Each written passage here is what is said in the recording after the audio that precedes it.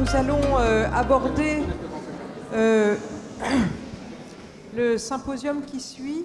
Là, on va être, après avoir abordé la recherche participative, maintenant c'est une autre modalité de la recherche, qui peut d'ailleurs être aussi participative, qui est plutôt des recherches sur des cohortes ou sur des techniques innovantes.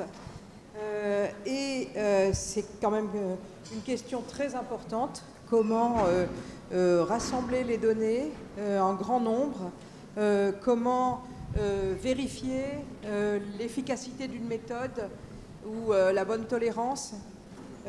Plein de questions que l'on se pose aussi dans la réhabilitation et le rétablissement. Donc Jean-Yves Barrère et moi-même, nous sommes les modérateurs et discutants, et nous allons avoir 4 orateurs. Donc on va vraiment essayer de tenir les temps, et on va commencer par le professeur Nicolas Franck, qui va nous présenter des données de sa large cohorte Réabase, et dont il va nous présenter un certain nombre de résultats. On t'écoute, Nicolas. Merci Isabelle. Écoutez, ce n'est pas une recherche participative, mais il n'est pas interdit aux personnes concernées par les troubles de contribuer, parce qu'il y a des données concernant la pérédance dans cette base-là, et il n'est pas interdit de contribuer également sur les idées de recherche. C'est un projet collaboratif qui concerne un certain nombre de centres de recours de réhabilitation psychosociale, selon la définition de l'instruction des GOS du 16 janvier 2019. Donc des centres supports, surtout, qui participent, et des centres de proximité. Ça, vous les connaissez, je ne vais pas vous les redéfinir. En tout cas, il a été... si on peut, je ne sais pas ce qu'on peut faire, peut-être couper l'autre micro. Merci beaucoup. En tout cas, ce qui est demandé aux centres qui participent, c'est de saisir des données sur l'ensemble des personnes qui viennent consulter dans les structures en question, pour qu'il n'y ait pas de biais et que ce soit vraiment une description la plus naturalistique possible. Il y a plusieurs types de données qui sont entrées, je vais vous montrer un petit peu plus de détails après. L'évaluation préalable aux soins de réhabilitation psychosociale, la nature des soins, l'évaluation à l'issue des soins, juste après, et puis éventuellement en décalé quand les centres parviennent à le faire. Ce projet-là, il a été monté sur la base des soins qui étaient déjà procurés aux patients, parce que les premiers centres de réhabilitation psychosociale ont été créés 7 ans plus tôt. Enfin même, ça a commencé en 2016, hein, vous voyez, donc ça a été créé à peu près 6 ou 7 ans plus tôt. Et il y a d'abord eu des évaluations qui ont été mises en place au bénéfice de la population, et puis ensuite l'idée de saisir dans une base ces données-là pour les exploiter et pouvoir valoriser l'impact sur la population de la réhabilitation psychosociale. Mais ce n'est pas une cohorte qui a été montée à titre de recherche initialement. Il y a d'abord eu des évaluations pour la population, et ensuite la saisie et la valorisation. Il y a une équipe qui aide à la coordination de cette cohorte, un médecin qui est également un psychiatre qui est également doctorant en neurosciences et qui fait un doctorat en santé publique, qui est Guillaume Barbala, qui participe à l'animation, à la vie scientifique de la cohorte, un arc monitoring qui est Emmanuel Gauthier, il y a également Mara Conil qui est une deuxième arc, et quelques centres ont des arcs qui aident également à la saisie des données. Il y a un statisticien qui est Julien Place. 23 centres participent actuellement, répartis sur toute la France. Vous voyez certaines régions qui ne participent pas, mais la plupart des régions françaises participent. 474 utilisateurs. Quand un centre participe, cela implique tous les professionnels qui y travaillent. Les médecins, les infirmiers, les psychologues, les ergothérapeutes, les pères aidants.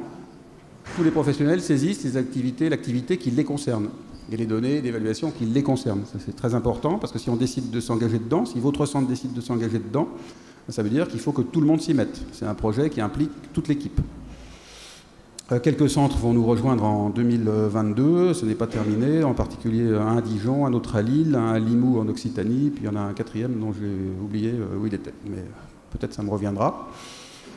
Au 1er février 2022, il y avait des données concernant 4785 personnes qui ont donné leur accord oral. La plupart des personnes avaient été vues dans le centre de référent de Lyon, vous voyez, près de 32%. Ensuite, c'était Alpes-Isère à Grenoble, 15% et demi. Ensuite, Saint-Étienne, 8%. Limoges, 10%. Il y a 2 centres à Bordeaux qui représentent 11%. Et puis Poitiers et Laborit, 8%. Puis ensuite, des centres qui sont entrés plus tard dans le projet, qui ont saisi moins de données, mais qui sont impliqués très activement pour la plupart d'entre eux. Vous voyez le nombre d'inclusions dans Réabase par an, avec un pic. Vous voyez qu'il y avait une croissance jusqu'en 2019. Évidemment, il y a un effet épidémie avec un coup d'arrêt, puisque beaucoup de centres de réhabilitation ont fermé en mars ou en avril 2020 et ont rouvert en fin d'année, dans des conditions parfois pas identiques à ce qui existait auparavant. Là, je pense que ça va redémarrer avec l'arrivée de nouveaux centres. Là, vous avez quelques éléments démographiques qui concernent la population qui est suivie par les centres. C'est simplement les gens qui viennent consulter dans les structures de recours, de réhabilitation psychosociale, que ce soit des centres supports en général ou des centres de proximité. Vous voyez, ce sont plutôt des hommes que des femmes, ce sont plutôt des gens qui ont un niveau bac ou autour de bac, parfois un petit peu plus, plutôt des célibataires. Ils sont plutôt pas parents, mais on a quand même 639 personnes qui ont des enfants. Le type de logement, on en a la moitié environ qui a un domicile personnel, et puis un petit peu moins de la moitié qui vit chez ses parents ou dans des foyers. Et puis vous voyez, pour les revenus, il y a beaucoup de personnes qui n'ont pas de revenus ou l'AAH, et peu de personnes qui subviennent à leurs besoins de leurs propres revenus, malheureusement. Diagnostic principal, c'est la schizophrénie, ensuite les troubles neurodéveloppementaux, les troubles bipolaires et les troubles de personnalité. Ce sont les 4 diagnostics principaux, avec une évolution, une réduction progressive du nombre de personnes qui ont une schizophrénie ou un trouble apparenté à la schizophrénie, et une augmentation des troubles neurodéveloppementaux qui viennent de plus en plus consulter, soit parce qu'il y a plus de diagnostics, soit parce que effectivement les centres se sont adaptés et ont une offre pour les personnes avec TSA. Et puis une petite augmentation, mais légère, des personnes avec troubles bipolaires. C'est résumé ici. Alors, vous avez également les comorbidités qui augmentent, probablement parce qu'elles sont mieux saisies. Je ne pense pas que les personnes ont des troubles plus graves maintenant qu'au début de la cohorte, mais probablement c'est mieux saisi, donc ça, il faudra le contrôler. Les comorbidités somatiques également. La durée de la maladie est toujours trop importante, c'est-à-dire que l'un des buts de la réhabilitation psychosociale, c'est de prendre les patients le plus tôt possible, prendre des jeunes patients après le premier épisode, et non pas d'attendre 5 ans ou 10 ans. Et là, vous voyez, c'est plutôt la moitié des patients qui ont plus de 10 ans d'évolution. Ça veut dire que ceux qui viennent en réhabilitation, ils vont beaucoup trop tard. Donc une des solutions, c'est évidemment d'introduire la réhabilitation dans les secteurs de psychiatrie générale pour prendre en charge les patients dès le début de leur parcours. Mais ça, on en parlera demain matin à 8h30 dans cet amphithéâtre. Et vous voyez également des personnes qui sont bien trop hospitalisées. Les alternatives à l'hospitalisation sont trop peu développées. Là, les personnes sont en moyenne hospitalisées 4 fois avant de venir dans un centre de réhabilitation psychosociale. Donc il y a un soin qui est bien trop hospitalo-centré en France actuellement. Et puis vous voyez une durée totale d'hospitalisation qui est quand même très longue, pour 50%, c'est plus de 6 mois, et inférieur à 6 mois seulement pour 50%, ça veut dire supérieur à 6 mois pour la moitié de la population. Ça veut dire que les gens passent un temps considérable à l'hôpital, malgré des troubles qui ne sont pas toujours très sévères. Alors le contenu, c'est environ 800 items. Évidemment, tout n'est pas saisi. Ce sont les items qui sont pertinents pour la personne. Une partie évaluation médicale, une partie concernant l'autonomie quotidienne, une partie fonction cognitive et une partie soins de réhabilitation psychosociale. Alors on tient beaucoup à ce qu'il y ait un bénéfice pour les usagers, pour les utilisateurs qui sont aussi des professionnels, avec des restitutions intégratives qui peuvent décrire le profil clinique de telle ou telle personne dont les données sont saisies dans la base. Donc il y a 2 modules qui ont été créés, Rehab Restit et Rehab Extract, que je ne décris pas en détail, mais qui peuvent être utiles pour ce type d'extraction. La dynamique du réseau, il y a des réunions trimestrielles concernant la réhabilitation psychosociale pour toutes les structures du réseau, des réunions mensuelles portant sur la recherche, tout ça, ça se fait en visio, et puis une réunion annuelle avec une valorisation des données de Réabase, où les principaux projets qui ont abouti sont présentés à toutes les structures françaises. Il y a eu un questionnaire envoyé aux utilisateurs en novembre 2020, et on a vu que 75% des utilisateurs portaient un intérêt à ce projet, et puis il y a toute une infographie également sur le site internet du centre ressources que vous pouvez consulter très facilement. Alors pour vous dire un petit peu plus ce qu'il y a dedans et pas prendre trop de temps, je vais simplement vous montrer une diapo pour chacun des projets qui ont déjà été aboutis, puis la liste des projets à venir. Le premier projet a montré quelles étaient les demandes principales des personnes qui sont suivies sur les centres de réhabilitation psychosociale. Vous voyez, 8 personnes sur 10 veulent être accompagnées et mieux réussir leur insertion professionnelle. 7 personnes sur 10 avoir un meilleur fonctionnement cognitif. 7 personnes sur 10 mieux gérer leurs symptômes. Et 1 personne sur 2 mieux gérer ses relations interpersonnelles. Ça, c'est un article qui est paru dans Psychiatric Services en 2019. Un autre travail sur les patients sous clozapine qui a montré l'intérêt d'utiliser la remédiation cognitive pour compenser les effets délétères du point de vue cognitif pour des patients qui ont besoin de la clozapine pour aller mieux. Parce qu'il y avait un déficit également de prescription de la clozapine en France qui a tendance à se corriger dans les dernières années. Un autre article sur l'autostigmatisation dans les troubles mentaux sévères qui montre que plus de 30% de la population qui vient dans les centres de réhabilitation psychosociale a un niveau significatif d'autostigmatisation qui lui fait perdre des chances. et que la prévalence la plus élevée pour le trouble borderline est la moins élevée pour les troubles du spectre de l'autisme. Un autre travail sur l'impact de la charge anticholinergique qui nuit au rétablissement. Quand on parle de la charge anticholinergique, on ne parle pas simplement des correcteurs anticholinergiques dont bien sûr il faut limiter la prescription, mais également des antipsychotiques qui ont une action anticholinergique dont il faut également limiter la prescription parce qu'ils sont encore trop utilisés en France, donc avec une perte de chance pour les personnes qui les prennent. Un autre article sur l'adhésion aux médicaments qui montre que moins, évidemment, l'adhésion au traitement est bonne, pire est le fonctionnement quotidien. Un autre sur la résistance à la stigmatisation, avec les différentes caractéristiques des personnes qui ont une meilleure résistance à la stigmatisation, qui évidemment vont avoir un meilleur rétablissement. Un autre, c'est la différence liée au sexe de rétablissement entre les hommes et les femmes, qui montre qu'il y a plus de rôles sociaux et plus de difficultés pour les femmes, et des difficultés spécifiques, mais je ne peux pas rentrer dans le détail. Un autre sur l'histoire de suicide des parents qui sont suivis, enfin des personnes qui sont suivies qui sont également parents. Et puis un autre sur le rôle de l'estime de soi dans la qualité de vie des personnes, quelle que soit la pathologie finalement. Et le rôle de l'estime de soi est le même que pour les personnes qui n'ont pas de troubles psychiques, que pour nous tous. Alors les projets à venir portent sur l'apprentissage des algorithmes d'apprentissage machine et les prédicteurs de la précarité. Je ne veux pas vous détailler ça. Sur l'apprentissage machine, également le recours à des outils de soins de réhabilitation psychosociale, sur l'impact de la réhabilitation psychosociale sur la qualité de vie, sur l'insight et la qualité de vie, sur l'insight, le fonctionnement exécutif et le rétablissement, sur les bénéfices de la réhabilitation psychosociale dans les TSA, sur les facteurs de bon pronostic dans les TSA et finalement sur les dimensions du bien-être, avec le même modèle que ce qui a été utilisé pour la qualité de vie. Donc finalement, nous avons affaire à une cohorte thématique qui donne une photographie de la population prise en charge par les centres de réhabilitation, qui a permis une description plus précise de la population, de différentes caractéristiques, avec beaucoup de travaux qui sont encore à faire. Cette cohorte permet également de voir la nature des soins qui sont dispensés et va commencer à permettre de voir les effets de la réhabilitation psychosociale et donc donner des arguments pour généraliser ces pratiques en France. Voilà, merci de votre attention.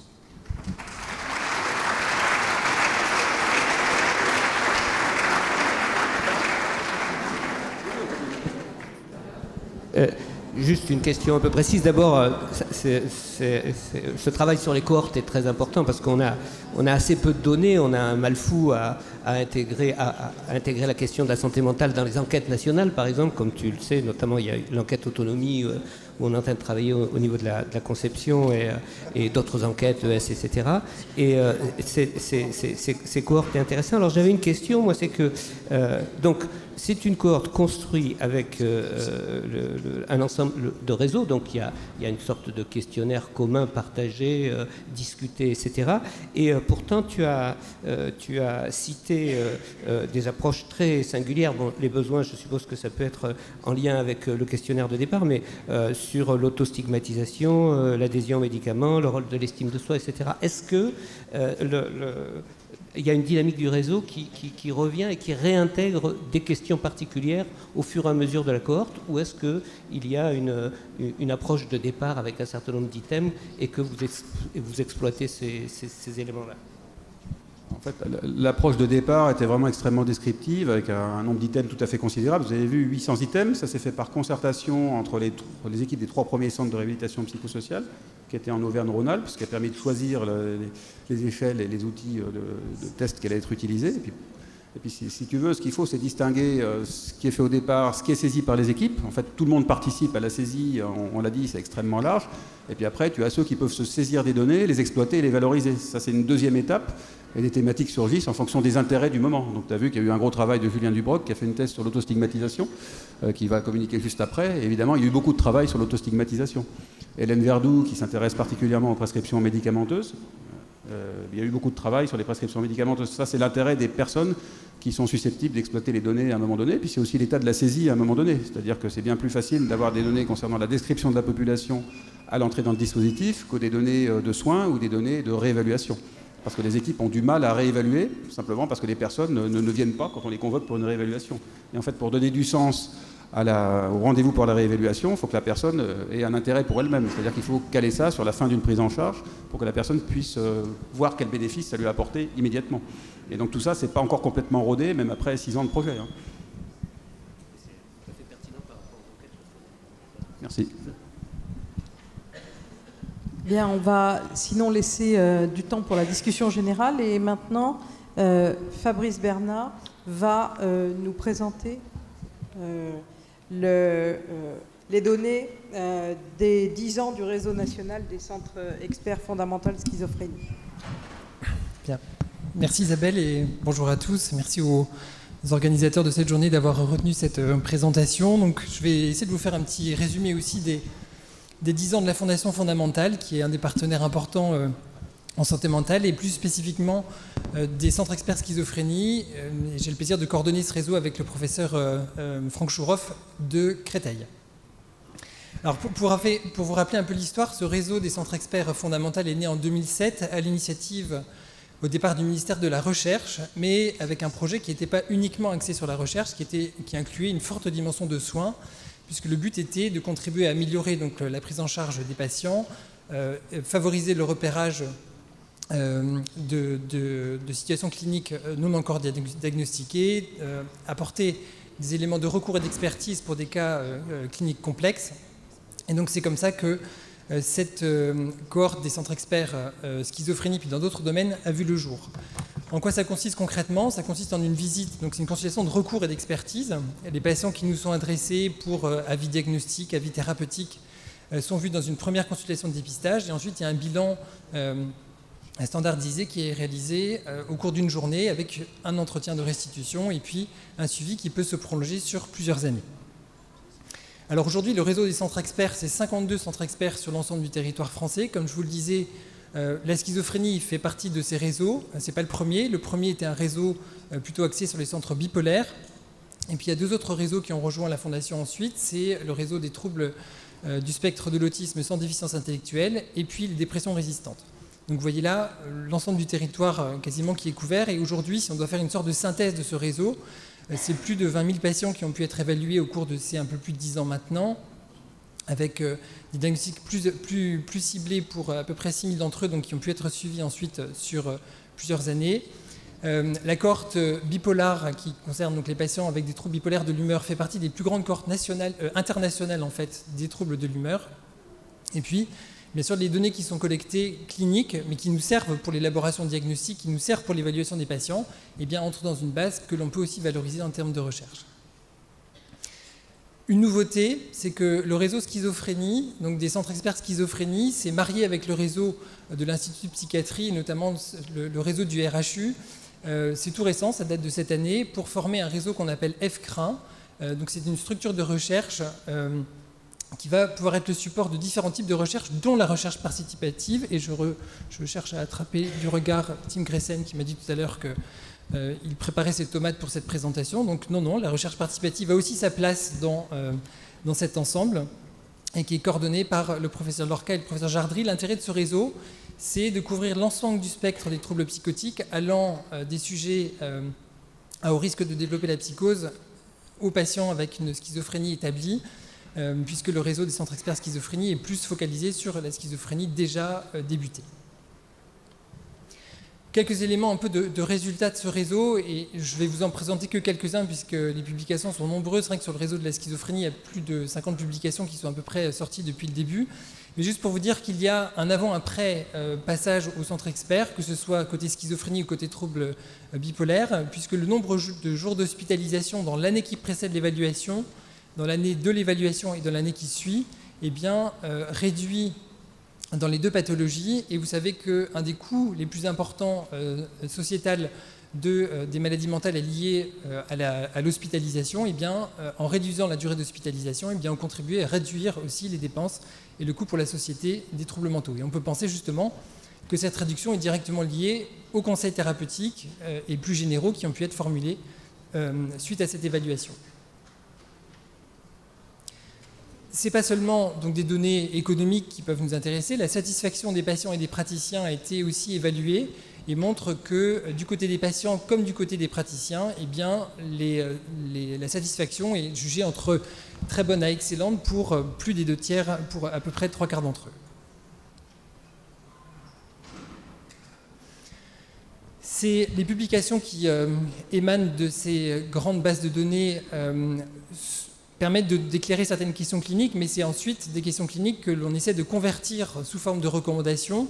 On essaie d'alerter ensuite les médecins à être vigilants plus spécifiquement, par exemple, à l'impact des troubles du sommeil sur la santé mentale, à l'impact de la dépression qui est insuffisamment repéré chez les patients avec schizophrénie, et différents types de questions comme celle-ci que vous pourrez retrouver donc dans ces publications. Je vais juste me focaliser sur un qui est un travail qu'a réalisé Julien Dubroc et qui montre que pour les personnes, quand on évalue un peu les personnes qui sont passées dans les centres experts, avant qu'ils arrivent au centre expert, seulement 3% d'entre eux avaient bénéficié d'une intervention psychosociale, donc de type réhabilitation.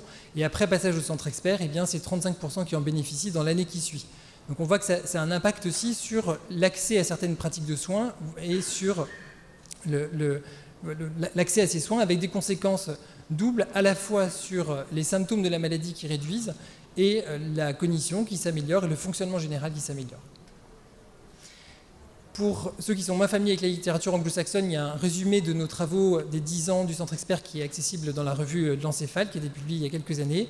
Et puis on prépare une conférence, un article de consensus sur les traitements adjuvants dans la schizophrénie.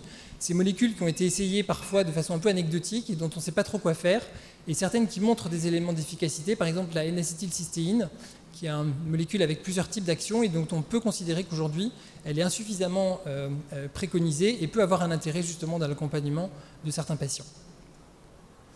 Et puis c'est des publications qui portent sur des données déjà acquises de patients passés dans les centres, mais aussi ce réseau est très dynamique dans la promotion de nouvelles études à destination des patients. Donc ça, je vais vous lister des projets de recherche qui ont été certains déjà finis et puis d'autres qui sont en cours. Donc une première qui est cette grande étude de cohorte que je vous ai déjà un petit peu détaillée, une autre qui a été portée par Versailles sur l'évaluation de la cognition sociale pour essayer de mettre au point une batterie d'évaluation de la cognition sociale.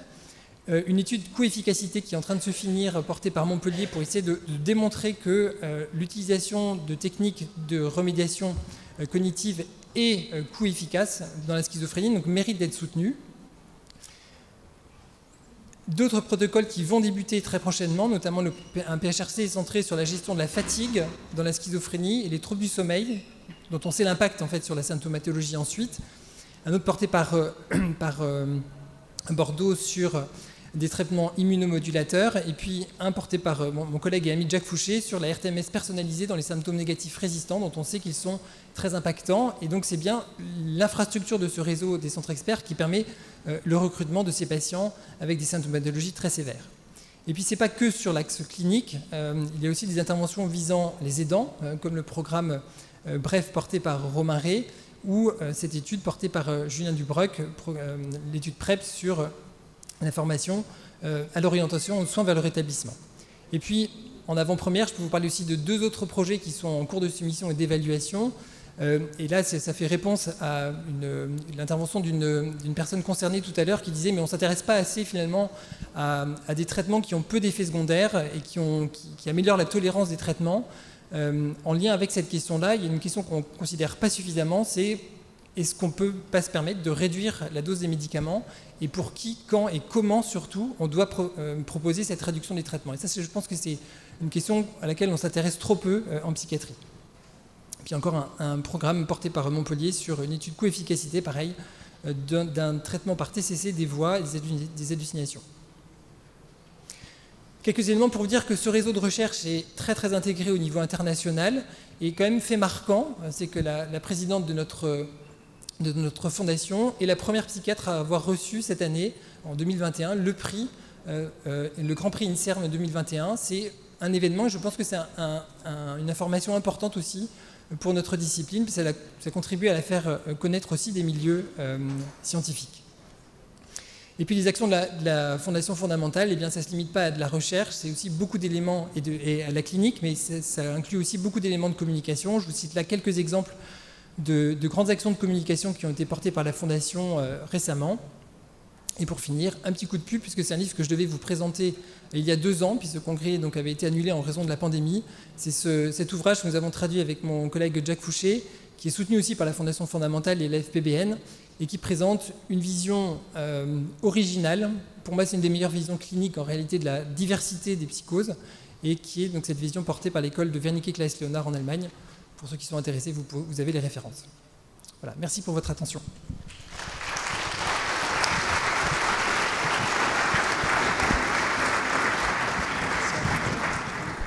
Merci beaucoup Fabrice. Là aussi, on va, je pense, enchaîner sur la communication d'après. Madame Dassin, donc de Strasbourg, qui va nous parler d'une étude du laboratoire jusqu'à la réhabilitation. On vous écoute.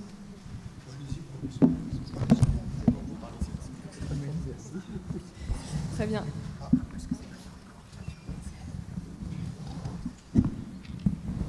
Test. Attendez, je vais prendre le vôtre.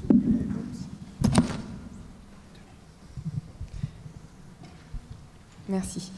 Alors, bonjour à tous, je suis Romane Dassin, neuropsychologue et doctorante, et je viens vous présenter aujourd'hui une partie de mes travaux de recherche qui, je crois, illustrent la manière dont on peut passer d'expériences en laboratoire à finalement la conception de propositions thérapeutiques en réhabilitation psychosociale. Donc, mes travaux ont porté sur la mémoire autobiographique chez des personnes qui présentent une schizophrénie. Et donc, je vais commencer déjà par vous expliquer peut-être ce qu'est la mémoire autobiographique. C'est un système de mémoire qui nous permet de retenir les événements que l'on traverse personnellement et plus particulièrement notre parcours de vie. Alors, cette mémoire autobiographique, elle comprend différentes composantes. La première, elle est appelée expérientielle, puisque c'est celle qui nous permet de retenir les expériences que l'on traverse, nos souvenirs personnels. Et puis la deuxième composante, elle est appelée narrative, et celle-ci, sur la base de tous ces événements qui se succèdent et que l'on traverse, nous permet de dégager des connaissances sur nous-mêmes, des connaissances sur notre identité. Alors moi, je vais vous parler plus précisément de cette composante expérientielle sur lesquelles j'ai axé mes travaux. Et donc, plusieurs études ont montré que cette composante expérientielle de la mémoire autobiographique, elle peut être affectée à différents niveaux chez des personnes qui présentent une schizophrénie, à commencer par une tendance à raconter des souvenirs de façon moins spécifique que la population générale, ce qui veut dire qu'ils présentent plus de difficultés à accéder à des expériences uniques, précises, et vont plus volontiers raconter des événements étendus dans le temps. Ensuite, leurs souvenirs autobiographiques peuvent être moins riches en détails, mais aussi s'accompagner moins souvent d'un phénomène que l'on appelle la reviviscence et qui nous permet de revivre mentalement les expériences que l'on a vécues avec toutes les émotions qui y sont associées, toutes les images mentales qui y sont associées. Et ces particularités semblent découler en fait d'une difficulté d'encodage en mémoire, et c'est donc sur ce processus-là que j'ai essayé de travailler avec les personnes que j'ai accompagnées. Alors pour intervenir sur ce processus d'encodage, il faut se centrer sur des événements de vie récents, de moins de 24 heures, et pour ça il existe plusieurs techniques. Moi je vais vous en présenter deux, qui sont la méthode du journal écrit et la méthode de l'appareil photo portable. Alors la méthode du journal écrit, elle consiste à demander aux participants d'écrire régulièrement dans un carnet, dans une sorte de journal intime, le contenu de ce qu'ils traversent. Et c'est ensuite ce résumé écrit qui sera utilisé pour entretenir leurs souvenirs personnels. La méthode de l'appareil photo portable, elle consiste à porter autour du cou ou sur son vêtement un petit appareil photo qui fonctionne de manière tout à fait autonome et qui prend des photos environ toutes les 30 secondes, et ce sont ces photos qui seront ensuite utilisées comme support de remédiation cognitive pour entretenir les souvenirs personnels des patients.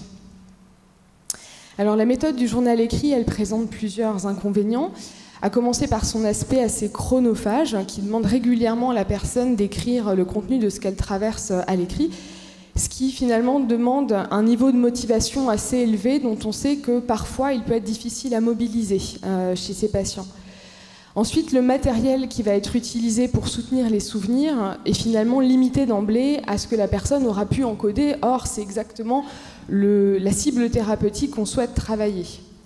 Et puis enfin, dernier point, qui est plutôt une préoccupation de chercheurs, cette méthode-là, elle ne nous permet pas de vérifier finalement l'exactitude ou la fidélité de ce que raconte la personne par rapport à l'événement effectivement vécu.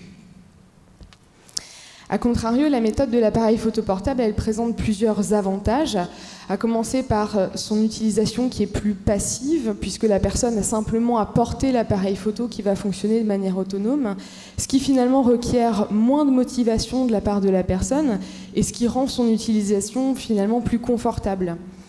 Ensuite, le matériel récolté, les photos, sont entre guillemets illimités dans le sens où on peut y trouver une quantité assez importante de détails qui vont potentiellement enrichir le souvenir que la personne avait préalablement encodé.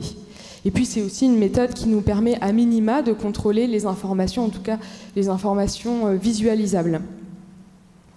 Alors, voici un exemple. Alors, pour un événement donné assez trivial, un trajet à vélo, on a à gauche la version du journal écrit, donc il était 15h30, j'ai quitté la clinique pour aller donner cours en fac de psycho, etc.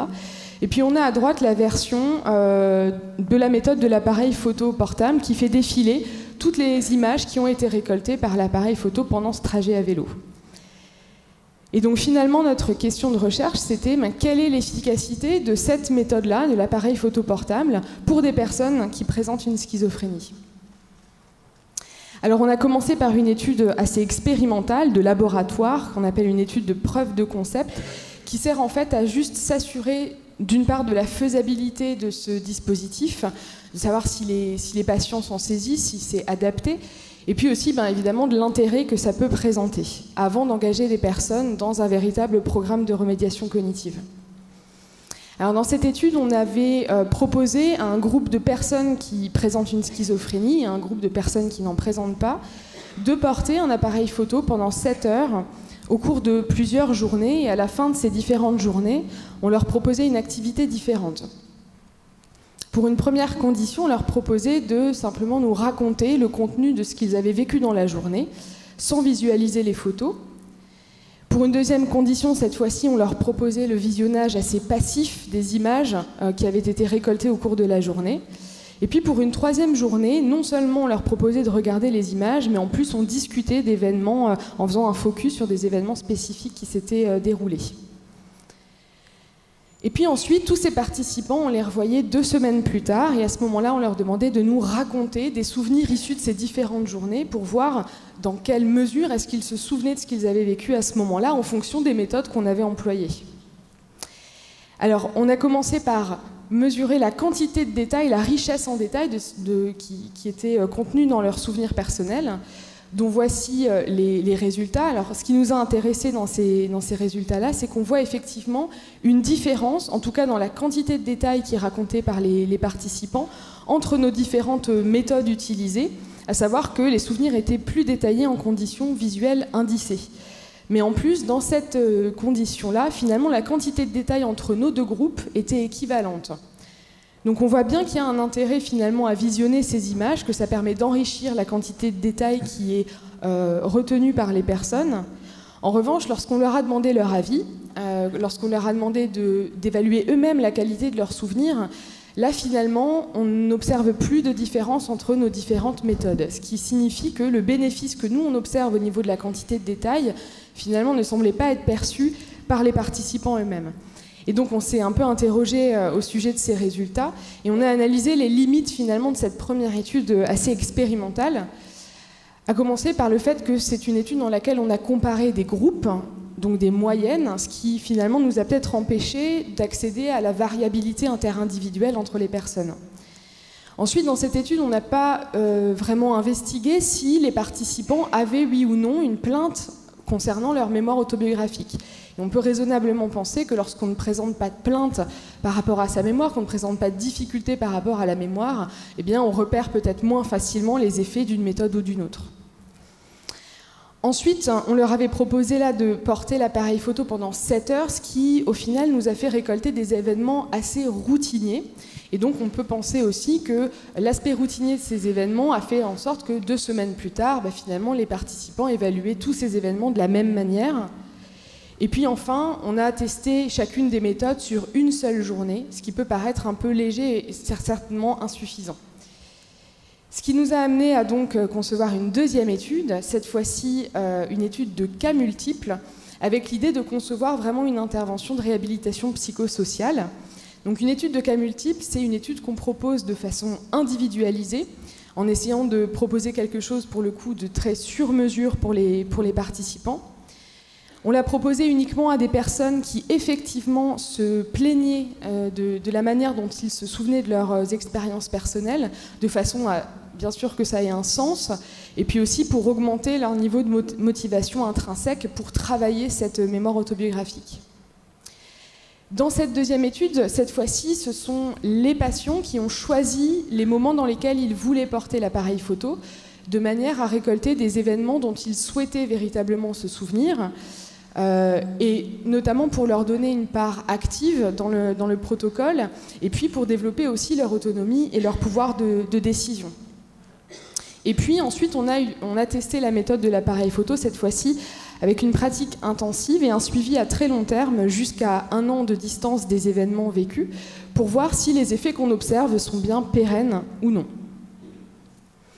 Donc on l'a proposé à 3 participants, qui avaient pour objectif initial de retrouver plus facilement leurs souvenirs personnels, et puis ensuite d'être plus à l'aise pour les partager en société. Alors on leur a demandé de porter l'appareil photo pendant 24 événements de leur choix, et ces différents événements, on les a entraînés de manière différente. Il y en a 10 qu'on a entraînés en utilisant les images récoltées par l'appareil photo, 10 avec la méthode du journal écrit, et puis il y en a 4 qu'on n'a pas du tout entraînés, ce qui nous servait finalement de conditions contrôle. Et puis les événements entraînés faisaient l'objet de 6 entraînements. Et puis de la même manière que dans l'étude précédente, eh bien, on a mesuré la richesse en détail de leurs souvenirs, et ça jusqu'à 1 an de distance. Alors cette mesure de la quantité de détails, voilà à quoi elle ressemble lorsqu'on regroupe les résultats des 3 participants ensemble, et puis voici les résultats de chaque participant pris individuellement. Et donc ce qui nous a intéressés dans ces résultats, c'est qu'on voit assez clairement que dans la condition en vert où les souvenirs ont été entraînés avec des images récoltées par l'appareil photo, la quantité de détails qui est rappelée par les participants est bien supérieure aux 2 autres conditions qui ont tendance en fait à évaluer de la même façon que l'on ait entraîné des souvenirs avec le journal écrit ou qu'on ne les ait pas entraînés du tout. Et ce qui nous a aussi frappé, c'est que la quantité de détails rappelés par les participants, elle est similaire jusqu'à 6 mois de distance de l'événement vécu dans la condition appareil photo. Alors à côté de ces mesures objectives, bien sûr, on a demandé leur avis aux participants, à commencer par une comparaison de ces 2 méthodes de leur point de vue subjectif. Et de façon unanime, en fait, tous les participants ont préféré entraîner leurs souvenirs avec les images récoltées par l'appareil photo. D'une part parce que certains n'étaient pas à l'aise avec l'idée de rédiger régulièrement des choses à l'écrit ou de les lire. D'autre part parce que c'est une méthode qui leur a semblé plus facile, plus confortable, qui nécessitait peut-être moins d'efforts et d'énergie cognitive. Et puis aussi parce que le fait de voir des images, ça leur a donné la sensation d'être plus immergés dans leurs expériences de vie. Et pour les aspects fonctionnels, à la suite de ce programme, eh bien, ça a permis, le fait de visionner ces images, de faire repérer aux participants les éléments qui avaient potentiellement échappé à leur attention au moment où ils ont vécu les événements, donc d'enrichir leurs souvenirs, et puis de développer des automatismes et des réflexes dans leur quotidien pour essayer d'améliorer leur capacité de mémoire autobiographique. Et puis un bénéfice secondaire, mais très intéressant aussi, c'est que, en fait, de façon implicite, le fait de leur demander de porter cet appareil photo, ça les a encouragés à aller récolter des événements qui, visuellement, allaient être intéressants à regarder. Et donc, ça les a finalement encouragés à sortir de chez eux et à refaire des activités qui, pour certaines en tout cas, qu'ils avaient plus ou moins perdu l'habitude de faire. Donc, en conclusion... Ouais, j'arrive à la conclusion. Donc en conclusion, je vous ai présenté une étude très expérimentale, une étude de cas multiples qui testait l'efficacité de cet outil innovant de l'appareil photo portable qui n'avait jamais été testé auprès de personnes qui présentent une schizophrénie. Donc on a commencé avec une première étude à évaluer déjà la faisabilité de ce dispositif et l'intérêt de ce dispositif, bien évidemment, pour ensuite le tester à l'échelle individuelle avec des personnes dont le profil et la demande étaient cohérentes avec la cible thérapeutique de manière intensive, avec pour objectif, in fine, de favoriser leur niveau d'autonomie, leur pouvoir d'agir au quotidien et ce, sur le long terme. Donc j'espère que cette trajectoire de recherche vous aura convaincu qu'il existe bien une passerelle entre le laboratoire et les interventions de réhabilitation psychosociale, entre des objectifs de recherche et des objectifs cliniques, et puis entre la recherche de preuves et finalement la recherche de sens pour les personnes que l'on accompagne. Voilà, je vous remercie pour votre attention.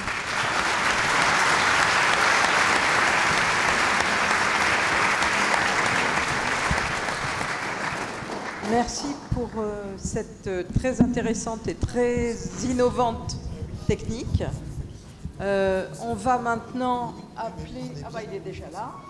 Donc Julien Dubreuc qui va nous parler d'une étude autour de la parentalité, du désir d'enfant et des relations sentimentales.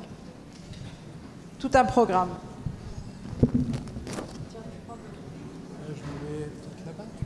Comme tu veux.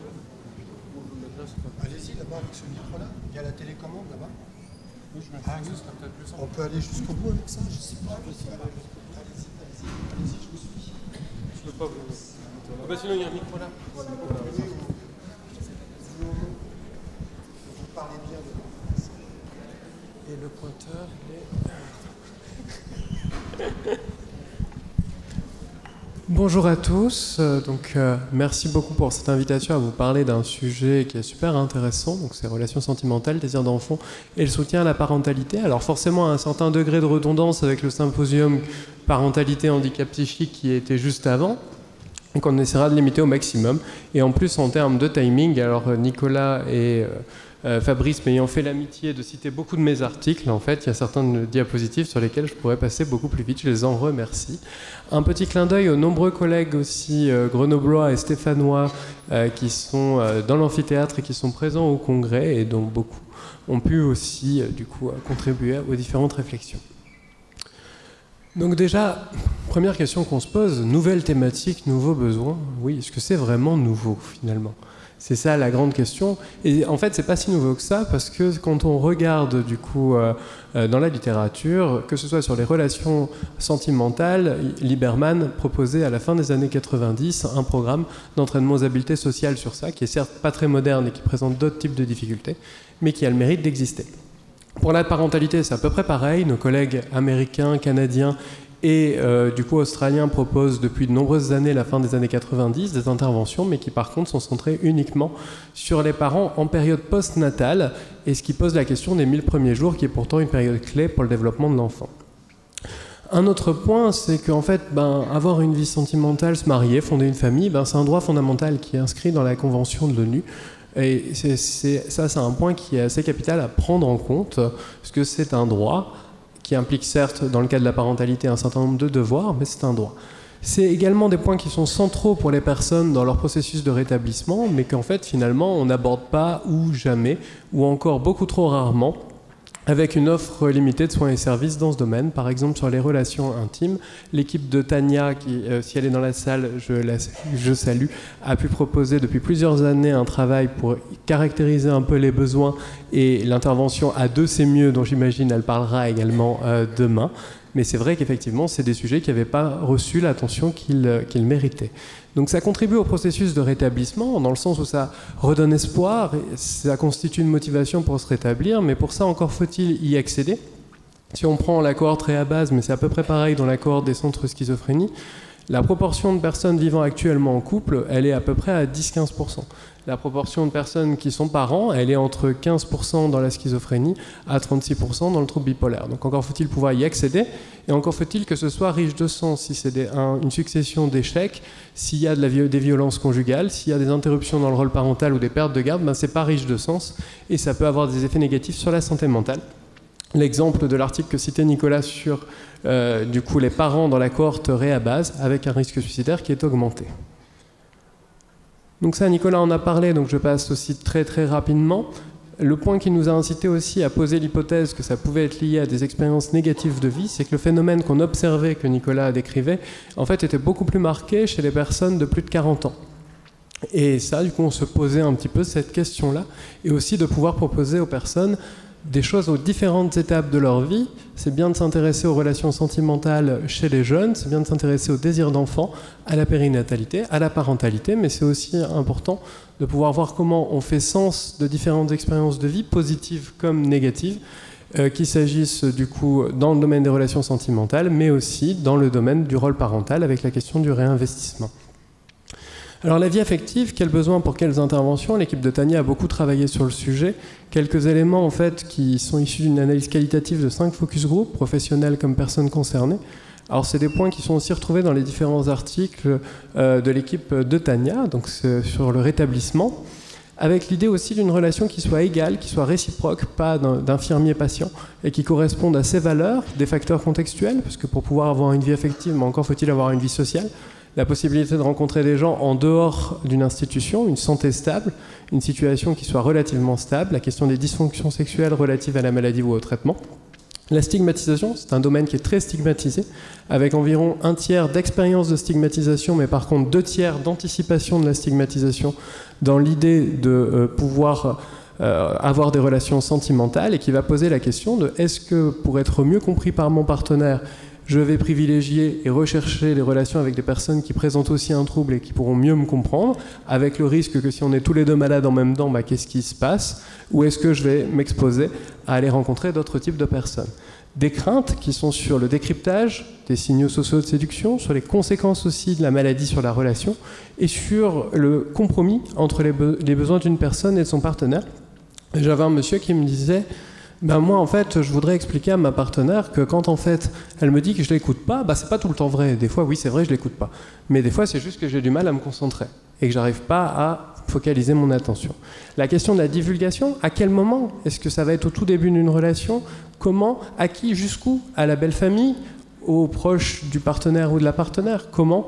Les attentes des professionnels aussi, qui est de pouvoir penser à ce sujet, voir la personne au-delà du patient et différents types d'interventions, de la pérédance, de la psychoéducation métacognitive, des TCC, travailler sur les compétences. Et un point aussi sur l'intervention A2 c'est mieux, développée donc par Catherine H. Labelle, du coup à Montréal, et donc l'équipe de Tania, dont je crois est en cours d'essai randomisé. Un groupe qu'on a développé à partir de l'analyse que je viens de vous présenter, c'est sur vraiment la décision. C'est de la psychoéducation métacognitive, c'est-à-dire qu'on n'apporte pas que de l'information, on fournit un matériel pour une réflexion conjointe et travailler sur la question de la décision. Donc finalement, quelle place ça occupe pour moi dans ma vie, dans mon identité? Quel impact la maladie a eu sur mes relations sentimentales, sur la façon dont je me perçois en tant que partenaire potentiel et sur la façon dont je vais envisager les relations sentimentales. Faire face aussi à la stigmatisation, travailler sur les compétences sociales en situation de séduction et sur la question de la divulgation, la question des dysfonctions sexuelles et d'en parler aussi à son médecin, et la question de qu'est-ce qu'il faut pour entretenir une relation, parce que initier une relation c'est une chose, mais l'entretenir c'est quelque chose d'autre. Donc ça va vraiment être quelque chose sur la prise de décision par rapport à ce risque que comporte le fait de s'engager dans une relation sentimentale, c'est aussi s'exposer à un risque de stress plus élevé. Et bien sûr, il y a une séance optionnelle. Si à la fin, je ne souhaite pas vivre en couple, que je me dis que ce n'est pas forcément le moment pour moi, ou que je ne souhaite pas du tout finalement pour mon équilibre personnel, ben, qu'est-ce qui se passe? Et comment je fais pour réinvestir d'autres types de rôles sociaux qui sont riches de sens? Pareil pour la parentalité, même focus group, même domaine, avec finalement un certain nombre de thèmes qui sont aussi similaires. C'est aussi une protection contre l'autostigmatisation. La stigmatisation, elle est encore plus marquée sur la question du désir d'enfant, puisque quand on interroge la population générale dans 16 pays sur leur représentation par rapport à la schizophrénie et à la dépression, il y en a plus de 2/3 qui pensent quand même que les personnes ne devraient pas s'occuper de leurs enfants et ne devraient pas en avoir la garde. Plus de 50% qui pensent qu'elles ne devraient pas exercer des fonctions d'enseignant ou autre. Donc on voit que c'est un domaine très stigmatisé et plus d'1/4 des personnes rapportent des expériences de discrimination lorsqu'elles ont évoqué avec leur entourage, mais aussi leur médecin, leur projet de fonder une famille ou dans leur rôle parental, et ça va conduire aussi à une autostigmatisation sur les compétences parentales. Il y a aussi des craintes, à la fois le fait qu'il faut gérer ses propres besoins, par exemple le sommeil, par exemple le fait de pouvoir avoir besoin de temps pour soi, etc., mais aussi les besoins de son enfant. Et ces besoins sont concomitants, et ça va être comment je gère les deux en parallèle sans que tout retombe sur mon partenaire qui se retrouve à faire toutes les activités de vie quotidienne. Ça va être aussi quelles conséquences sur l'enfant, quelles conséquences sur le partenaire, quelles conséquences sur la relation, sur le couple, comment je vais assumer la fonction parentale. Pour les pères, comment je gère la colère, comment je fixe des limites, comment j'assume le rôle paternel, un peu le chasseur-cueilleur traditionnelle un peu dans la littérature. La question de la divulgation aux professionnels de périnatalité, mais aussi aux professionnels de la petite enfance. La divulgation à l'enfant, à quel âge, comment, dans quel objectif, avec quelle progressivité. Et beaucoup de personnes qui disent je ne vais pas balancer un diagnostic de schizophrénie ou de trouble bipolaire tout de suite, mais je vais travailler sur comment expliquer que par exemple papa ou maman, en tout cas pas dire papa est parti en congé, alors que papa a été hospitalisé à l'hôpital. Il y a plein de petites ressources qui existent d'ailleurs sur le sujet, à la fois pour les fratries ou pour les parents, et là encore différents types d'interventions, dont aussi la régulation émotionnelle qui est particulièrement importante en période périnatale. Aussi pour dire que les 1000 premiers jours, c'est une période qui est capitale, parce que c'est ce qui va conditionner le développement de l'enfant, et s'intéresser particulièrement aux représentations de soi en tant que parent, la joie à s'occuper de son enfant et la crainte de ne pas être en capacité de le faire, qui est influencé par plein de choses que vous voyez à l'écran. Et tout ça, ça a un impact sur la qualité de l'expérience parentale, du lien parent-bébé en anténatal, et tout ça va jouer sur la qualité des interactions avec l'enfant et la qualité de l'attachement chez l'enfant, et bien sûr sur son développement.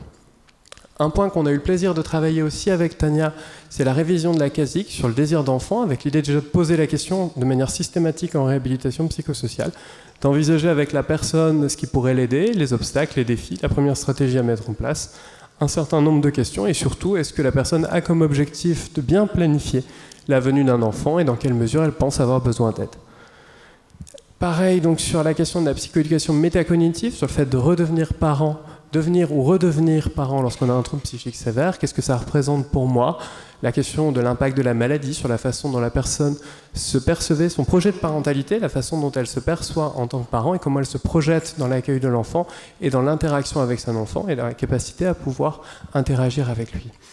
Faire face à la stigmatisation, recevoir les différents soins et traitements aux différents moments, travailler sur la confiance dans les capacités parentales et bien sûr aussi, si à la fin je ne souhaite pas devenir parent déjà, la question d'accueillir le désir d'enfant permet aussi pour certaines personnes, une fois qu'elles ont pu en parler, de réinvestir aussi d'autres thématiques. Si par exemple, on a eu souvent le cas, des personnes qui disaient à partir du moment où j'ai pu en parler, ça m'a permis d'aller investir le travail, le logement, en me disant pour construire mon projet, il faut aussi travailler sur d'autres choses avant.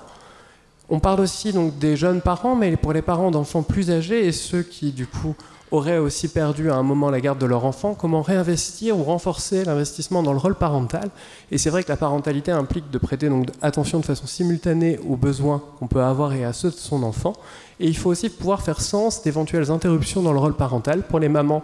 Travailler aussi sur les attitudes paternalistes auxquelles elles sont souvent confrontées. Pour les papas, ça va plutôt être le fait d'être perçu comme un danger potentiel pour l'enfant et mis à l'écart ou tenu à l'écart de la vie de l'enfant. Gérer des sentiments de frustration, de regret, de culpabilité et pouvoir en fait surtout se reconnecter à ses enfants et partager du temps de qualité. Pareil, on a donc travaillé aussi avec Tania sur la question du rôle parental qui est intégrée dans la question sur les relations interpersonnelles, avec différentes questions que vous voyez à l'écran. Est-ce que la personne souhaite se fixer comme objectif d'améliorer son rôle de parent ou la qualité de la relation avec son enfant? Et est-ce qu'elle souhaite de l'aide dans cet objectif? Un petit mot pour conclure sur la filière santé mentale et périnatalité, le dispositif Filament qu'on a monté sur le CHU de Saint-Étienne entre le GCSMS Réaccord 42 et CHU de Saint-Étienne, qui va proposer, en fait, c'est un dispositif qui est partenarial, qui construit, qui anime un parcours de soins orienté vers le rétablissement, qui s'adresse aux personnes qui ont des troubles psychiques sévères, qui soient préexistants, débutant en période périnatale, ou des futurs parents, ou des personnes qui s'interrogent, dans le but de renforcer l'adhésion aux soins, de réduire le risque de complications, et d'avoir des parents et des enfants en bonne santé, différents types d'interventions, conseils, informations, orientations, personnes, aux familles, aux professionnels, et un suivi de type Flexible Assertive Community Treatment, basé sur les forces, avec des interventions mobiles au plus près des personnes. Et je vous remercie de votre attention.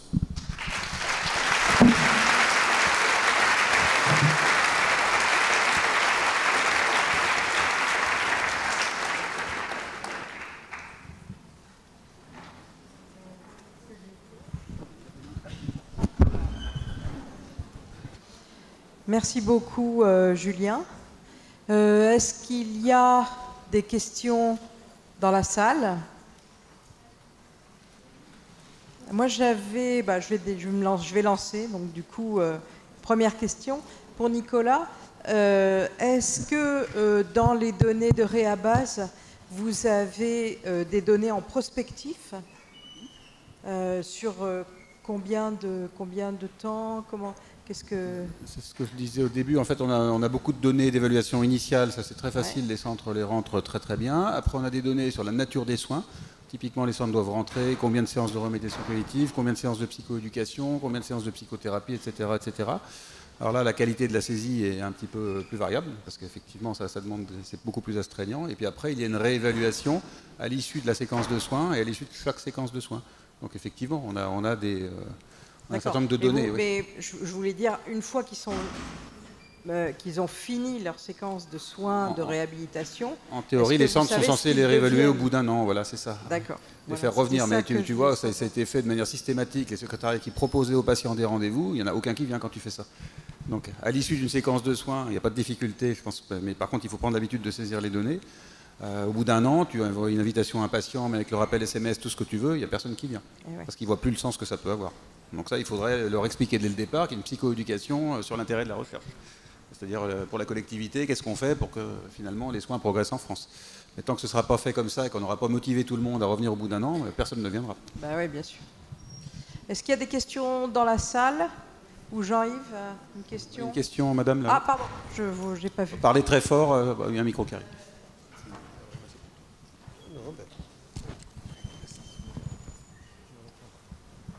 Je voulais juste savoir, dans la cohorte Réabase, quel outil était utilisé, si vous le savez, où est-ce qu'on peut le trouver, pour l'évaluation du bien-être de la personne? Bien-être mental, c'est la WEM-WBS, celle de Warwick et d'Edinburgh. C'est celle que j'avais traduite en 2008, qu'on a utilisée aussi pendant le confinement. Vous la trouvez sur Internet très facilement. Celle-là, elle est bien saisie. Et est-ce que vous utilisez l'échelle Quality White pour savoir si les droits sont bien respectés dans les cohortes ou ce genre de choses? Non, parce que Quality Rights, ça c'est centré sur les équipes. Ça c'est ce qu'on a fait récemment avec le CCOMS pour notre CMP, 2 unités d'hospitalisation, nos équipes mobiles. Mais c'est centré équipe. Là, la cohorte Réabase, elle est centrée patient. En revanche, ce qui est prévu, c'est de saisir le nombre de séances avec un père aidant. L'intervention d'un père aidant en général, et j'aimerais bien qu'on exploite ces données sur la père aidance, parce qu'on a énormément de personnes suivies en France par des pères aidants, et pour l'instant rien n'a été fait, donc ça fait partie des prochains travaux que je n'ai pas mentionnés, parce que pour l'instant personne ne s'en est saisi, mais je souhaiterais vraiment que ce soit fait.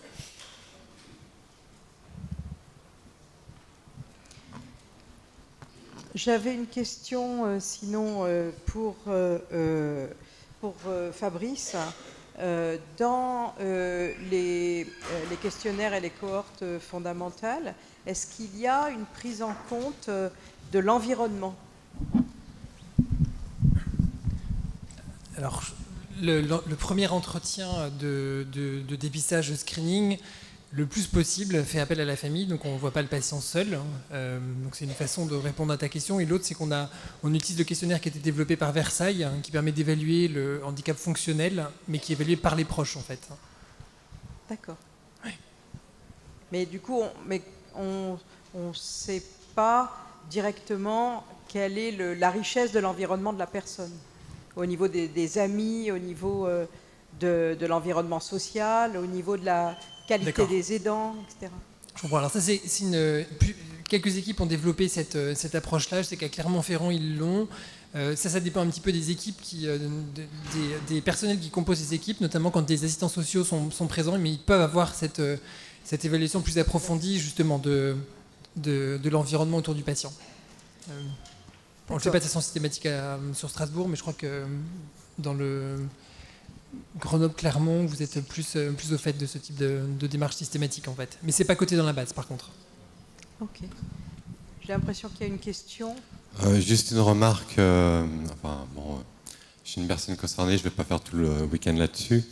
Mais c'est juste que ôter quelqu'un de tout sens, d'avoir du lien et d'aimer et d'avoir une éducation sentimentale dès l'âge de 20 ans, c'est assez compliqué à se construire. Et avoir du lien en sortant de l'hôpital, c'est aussi difficile, hein, c'est pas impossible.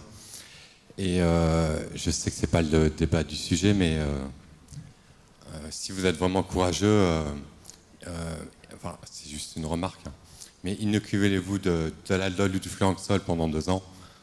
ou 20 ans, puis vous verrez si vous êtes capable d'être parent ou d'avoir des relations amoureuses. Voilà. C'était juste une remarque, mais je sais que ce n'est pas l'objet du débat. Mais je crois que Nicolas, en plus, en a parlé tout à l'heure avec les antipsychotiques et la différence d'utilisation avec les anciens antipsychotiques, les neuroleptiques et les nouveaux. Mais Julien va compléter. Alors justement, c'est aussi toute l'idée d'aborder le sujet. Et quand on parle dans la séance de groupe de gérer les dysfonctions sexuelles, c'est aussi négocier avec son psychiatre. Hein.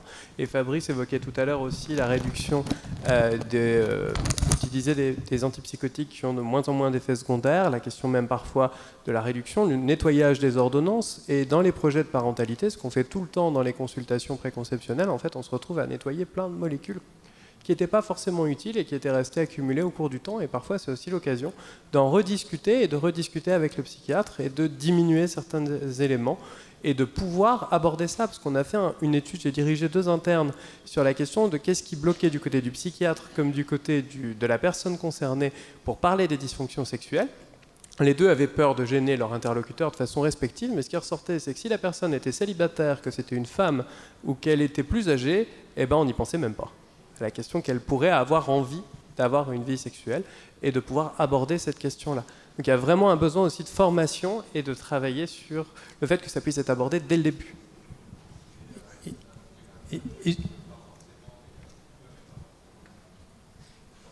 je voulais rebondir aussi sur l'étude justement qui veut évaluer la réduction des antipsychotiques. Quand je dis réduction, c'est réduction voire jusqu'à l'arrêt dans les cas où c'est possible. Aujourd'hui, on fait l'équation trop souvent entre schizophrénie et traitement. Ce n'est pas forcément une équation qui est valable tout le temps. Il y a certaines schizophrénies qui peuvent se passer de traitement, pas toutes, mais c'est des choses qu'on étudie insuffisamment et qu'il faut qu'on aborde de façon plus conséquente. En tout cas, tout ça pour vous dire qu'on a bien conscience que c'est difficile, mais on est là pour essayer de vous aider autant qu'on le peut. Moi, j'avais sinon une question pour Madame Dassin. Dassin. Oui. Est-ce que les capacités métacognitives des personnes, des participants de vos études sont évaluées par rapport justement à la possibilité ou pas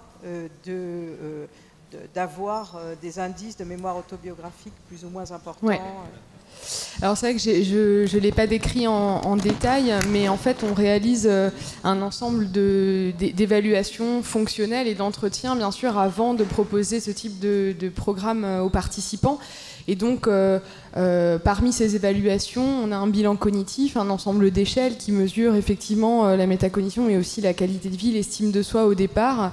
Et ce sont tous ces paramètres-là qui sont aussi pris en compte après dans l'évaluation de l'efficacité de la méthode, hein, bien sûr. Et vous avez trouvé un effet ou pas? Au niveau de la métacognition? Oui. Alors ça, je ne pourrais pas me prononcer là aujourd'hui dessus, mais... Oui. Dans la suite de la question, sur les supports que vous avez utilisés, c'est-à-dire l'écrit ou l'appareil photo, est-ce que vous avez... alors, vous dites que c'est pour... ça permet plutôt, l'appareil photo, d'après les personnes, d'être immergées dans une expérience de vie, d'enrichir leurs souvenirs, etc.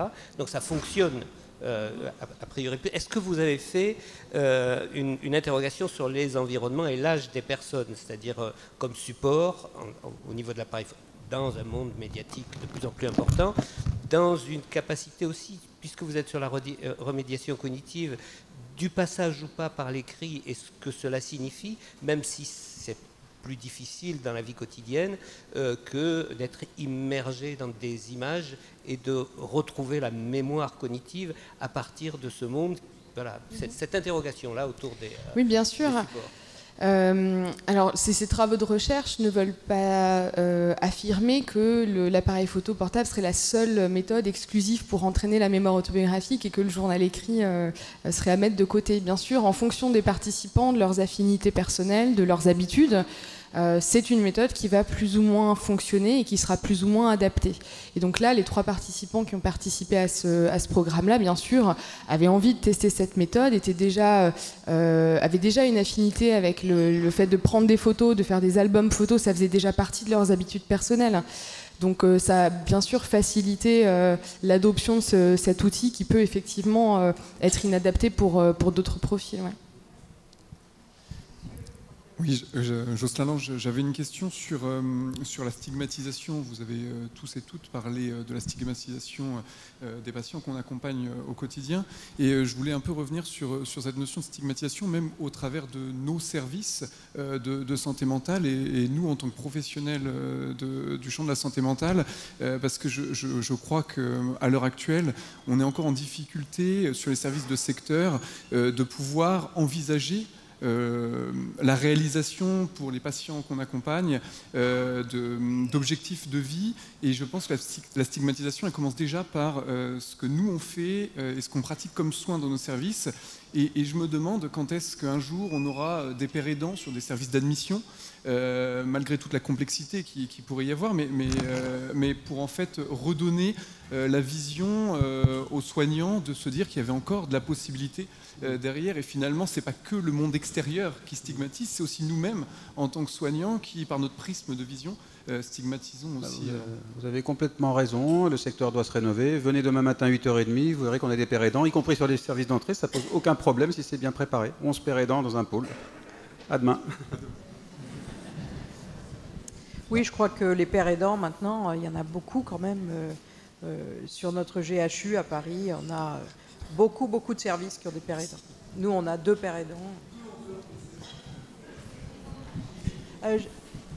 Oui. Autre question, j'avais une question moi, pour Julien. Je voulais savoir si, dans l'approche que vous avez par rapport à la parentalité, est-ce que vous avez une approche différenciée en fonction du genre, premièrement, et deuxièmement, est-ce que vous avez une approche spécifique ou pas pour les personnes qui ont des troubles de l'identité de genre? Merci pour les questions. Alors effectivement, déjà sur la question de la parentalité, l'approche différenciée en termes de genre, de facto oui, parce que déjà, rien que le fait d'inclure les pères, c'est déjà une prise en charge différenciée en termes de genre et de prendre en compte aussi la façon dont le genre va modifier les expériences de vie. On l'évoquait avec la question des papas, pour lequel l'emploi va être particulièrement important, pour lequel du coup ça va être la question de comment j'assume la fonction paternelle. Moi je mobilise des choses et il y a des points qui sont communs, une majorité de l'expérience est commune, mais il y a vraiment des points spécifiques. Et pour les femmes par contre ça va être d'être en fait en permanence infantilisées ou confrontées à des attitudes paternalistes. Donc c'est important de le prendre en compte. Après, bien évidemment, il faut associer les deux partenaires et prendre en compte, accompagner le papa, comme si c'est lui qui a un trouble, et la maman, etc. et vice-versa. Et pour la question des identités de genre, en fait, c'est investigué. Et ça va permettre aussi, on n'a pas évoqué le sujet, mais on a la question des personnes autistes. Et la question des personnes autistes, forcément, là, il y a aussi beaucoup de personnes non-binaires. Et du coup, c'est forcément quelque chose à aborder, bien évidemment. Une question là-bas. Oui, bonjour. Donc moi je suis éducateur spécialisé, je ne travaille pas du tout en psychiatrie et c'est pas du tout ma partie. Par contre j'accompagne les personnes qui sont suivies en psychiatrie. Et en plus je m'occupe plutôt des projets des personnes, c'est-à-dire que je ne les vois pas régulièrement. Et justement votre travail sur la mémoire chronologique m'intéresse beaucoup parce qu'on se retrouve toujours à rechercher dans la parole des personnes qu'est-ce qu'ils peuvent nous redonner de leur vie et de comment ils s'en souviennent. Et le problème, c'est que comme cette mémoire est relativement peu valorisée, parce que je peux dire les mots comme ça, ce que racontent les professionnels des différents endroits qu'ils ont vus va prendre le pas parce que les professionnels sont méchants et qu'ils veulent imposer leur truc, c'est parce que la personne se fait davantage confiance à leur mémoire à eux qu'à la sienne propre. Et là, du coup, votre étude m'intéresse beaucoup dans ce sens-là. Merci. Je vous remercie pour votre remarque. Et effectivement, ce type de dispositif, c'est aussi un moyen de laisser la parole aux personnes pour se raconter elles-mêmes. J'avais plusieurs questions. Pareil sur l'expérience sur la mémoire autobiographique. pour avoir fait de la recherche aussi en nouvelles technologies, est-ce qu'il y a des questions éthiques qui ont été soulevées par rapport au fait de photographier, oui, la question classique, hein, désolé, pour le fait de prendre en photo l'environnement comme ça toutes les 30 secondes, c'est ça? Oui. Voilà, première question. Voilà. Après, j'ai d'autres questions plus à Monsieur Dubroc. D'accord. Évidemment, oui, ça a posé des questions éthiques et c'est aussi la raison pour laquelle on a dû passer par cette étude de preuve de concept au départ, avant d'engager les patients dans un travail d'1 an, à porter l'appareil photo régulièrement. Et dans cette première étude, on a bien pris le temps de former les patients à l'utilisation de cet appareil, à leur indiquer dans quelle situation il est plus adapté de le porter, dans quelles autres situations il l'est moins. On a pris le temps de faire des essais avec eux, de faire des sorties avec eux en portant l'appareil photo pour qu'ils réalisent bien quel type de photo allait être prise. Enfin, on a fait un ensemble de choses qui, bien sûr, nous étaient demandées au niveau éthique et qui ont finalement montré que c'est un outil qui est bien adopté par les participants et qui finalement voilà, fonctionne bien. Merci. Et Monsieur Dubroc, pour la psychoéducation métacognitive que vous avez présentée, est-ce qu'il faut une formation spécifique pour l'appliquer? Alors, il y aura une formation sur l'animation des groupes qui sera proposée. Après, c'est vraiment les principes décrits par Paul Leisecker dans la psychothérapie métacognitive. Donc, vous pouvez trouver ces Metacognitive Insight and Reflection Therapy. Et il y a effectivement un institut qui propose aussi régulièrement des conférences sur le sujet. Mais il y aura bien sûr une formation et chaque groupe en fait est construit avec un manuel où il y a finalement qui sera très bien détaillé. Parce que c'est une question qui est très importante en clinique et on est assez désarmé. Donc c'est pas demain qu'on va pouvoir l'appliquer, quoi. C'est pour ça qu'en fait l'idée c'est vraiment de donner les billes aux animateurs pour l'animer et vraiment apporter des infos pour une réflexion conjointe. Et vraiment en fait c'est une approche que les anglo-saxons appellent le shared risk taking, vraiment une prise de risque partagée, prise de risque pour la personne, c'est une prise de risque de s'engager dans une relation sentimentale, ça peut mal se terminer, c'est une prise de risque encore plus grande de s'engager dans un projet de parentalité. Et ça implique aussi de pouvoir amener du matériel pour la réflexion et c'est aussi cette posture de l'animateur qui sera travaillée en formation. Et tous les articles que vous avez présentés, est-ce qu'ils sont disponibles sur le site du centre ressources? Je sais qu'il y a une bibliothèque, c'est tout disponible? Alors une bonne partie, sauf ceux qui sont en cours de reviewing. Merci beaucoup. Bien, on va, je pense... il y a encore une question et après c'est terminé.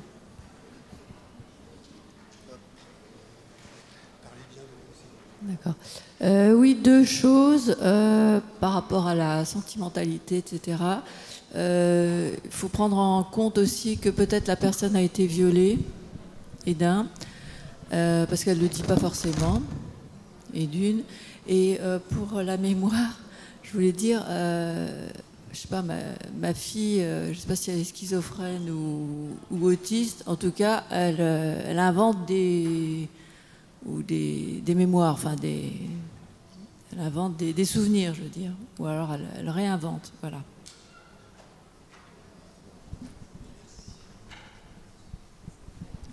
Sur la première partie de la question, justement, quand on aborde aussi ces éléments-là, il y a toujours un bilan éducatif partagé qui est réalisé en amont. Et sur la question des relations sentimentales, justement, dans les thématiques qui émergeaient, puisque le groupe qu'on a interrogé pour construire était mixte entre des hommes et des femmes, c'était aussi comment faire pour éviter de recevoir une attention non désirée, savoir comment réagir, savoir comment travailler sur ça. Le but est clairement pas de mettre les gens mal par rapport à ça, mais globalement, c'est aussi beaucoup de personnes qui ont eu ce type d'expérience négative dans la vie qui vont aussi s'engager dans ce type de groupe justement parce qu'elles ne veulent pas que ça se reproduise. Bien. Je ne sais pas si la deuxième partie appelait une réponse. Le fait d'avoir des souvenirs qui sont inventés. En tout cas, je ne sais pas si la question est par rapport au diagnostic de schizophrénie. Effectivement, ça ne fait pas partie des éléments spécifiques de la schizophrénie.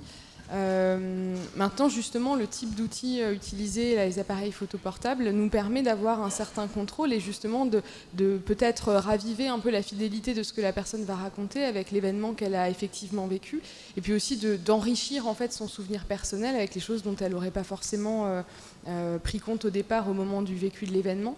Donc c'est peut-être aussi une piste voilà, dans ce sens-là. Ouais. Bien. On va remercier tous les intervenants et le public.